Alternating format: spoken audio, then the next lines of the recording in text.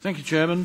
First of all, mixed holdings. In the United Kingdom, our holdings are perhaps larger than elsewhere, and many of those organic farmers on them have actually had to reduce their production because they simply couldn't sell it in the last few years. They now have a dilemma. It's double or quits.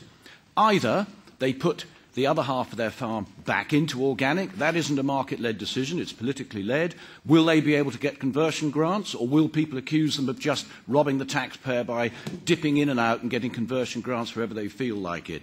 If they don't take the conversion grants, it's a very expensive option to get back in. I think you've got to allow mixed holdings. As far as seed goes, we have to be realistic on this. Seed is finite. You never want to be in a situation where an organic farmer doesn't plant a crop because he can't get the seed. That is starving the world of food. It is scandalous. That should not happen. The rule should be where the organic farmer can control the situation, he orders the seed without a seed dressing and treats it organically from there on. With feed, I would take the opposite argument. Feed should be produced by the organic farmer to feed his animals. If he can't do that, then either he must buy non-organic food and sell the animals as such, or he sells them as stores.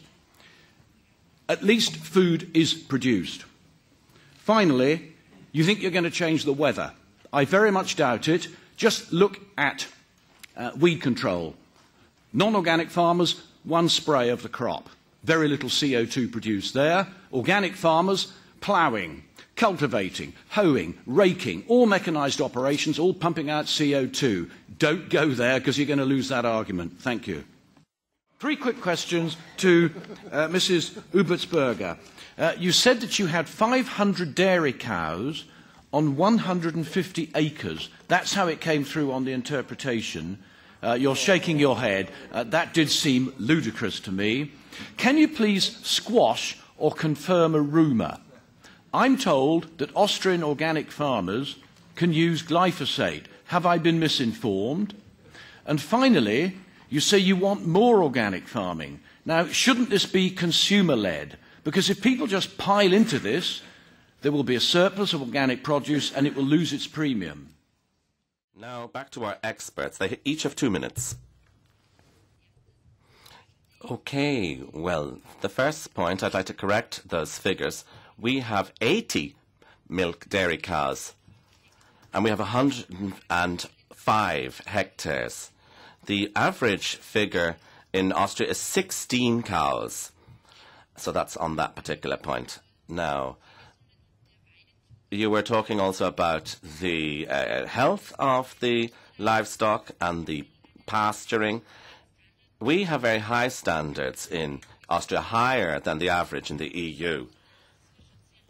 Indeed, this is because we've had organic farming for quite some time, but we have a very small structured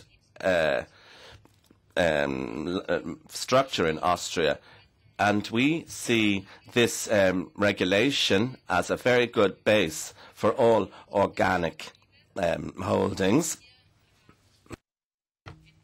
But nonetheless, we're trying to be a little bit above that with our pasturing and indeed through conversion throughout the company. And we're trying to be able to keep up with other European countries in those fields.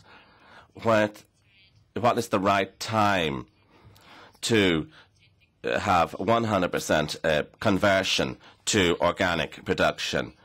I don't think that it's really a question of time. The time would be right when the market leads to us being able to live from our production. That would be the right time.